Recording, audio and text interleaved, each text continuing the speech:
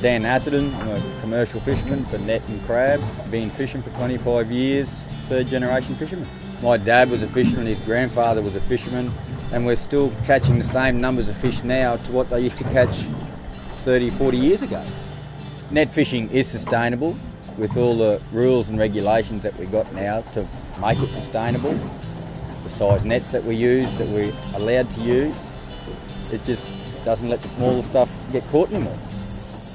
When I left the military after some 20 odd years, I had to do something. Even as a holder of Victoria Cross, you still got to earn a living, still got to feed the family.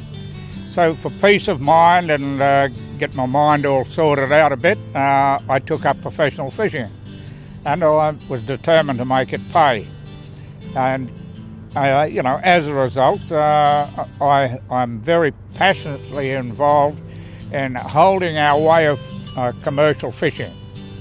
What is trying to be achieved at the moment is taking blocks of our coastline away from us, taking an economically sound way of fishing, which is net fishing.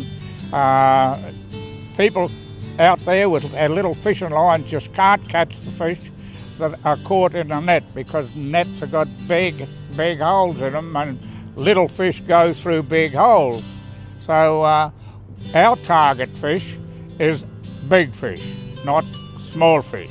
I use a 6-inch net, which is 6 inches across from knot to knot, and a lot of barra can get in the net and they just push their nose through and bust it open. You get in current and stuff like that, and you get a lot of holes at times in the current, so you don't catch everything that's coming through anyway.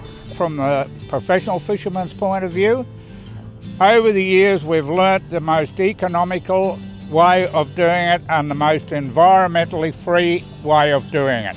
And that is with large nets. We sit on the tides, we know the tides, we work the tides and not the small fish.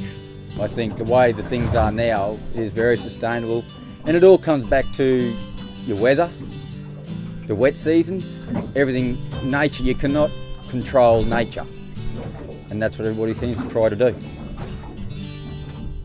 The public like fresh fish, and so they should get fresh fish. If we don't fish our waters, other nations will. And I question sometimes the handling and processing methods that they use as compared to our health standards. So we have to protect not only the fishing industry, we have to also protect the professional fisherman who is providing the protection towards our health because of the way they produce their product. The industry is sustainable, and how the government thinks that making a net-free zone is going to be better, I do not know, because there's that many people that are line fishing and catching fish now. So how can they say that they need a net-free zone for people to catch? How many fish do the Recreational Alliance need per person? We had to chase fish, right?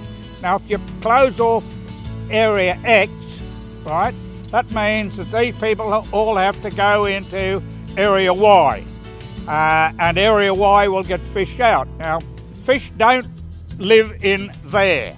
Fish live in the ocean, right? They are mobile, highly mobile. So when you say close off this, you're not achieving anything, as was proven on the reef. We've had scientists out on the reef. They've had a look at the reef, and they say, well, there's as many fish here in that unclosed area as what there is in this closed area, because the fish don't stay in that little bracket. They haven't got a fence around them or anything, right? And that's what's going to happen here. The local people deserve to eat the fresh fish that we catch instead of eating that imported stuff that comes in. Forget about taking the nets away from the pro fishermen that produce fresh fish for our nation.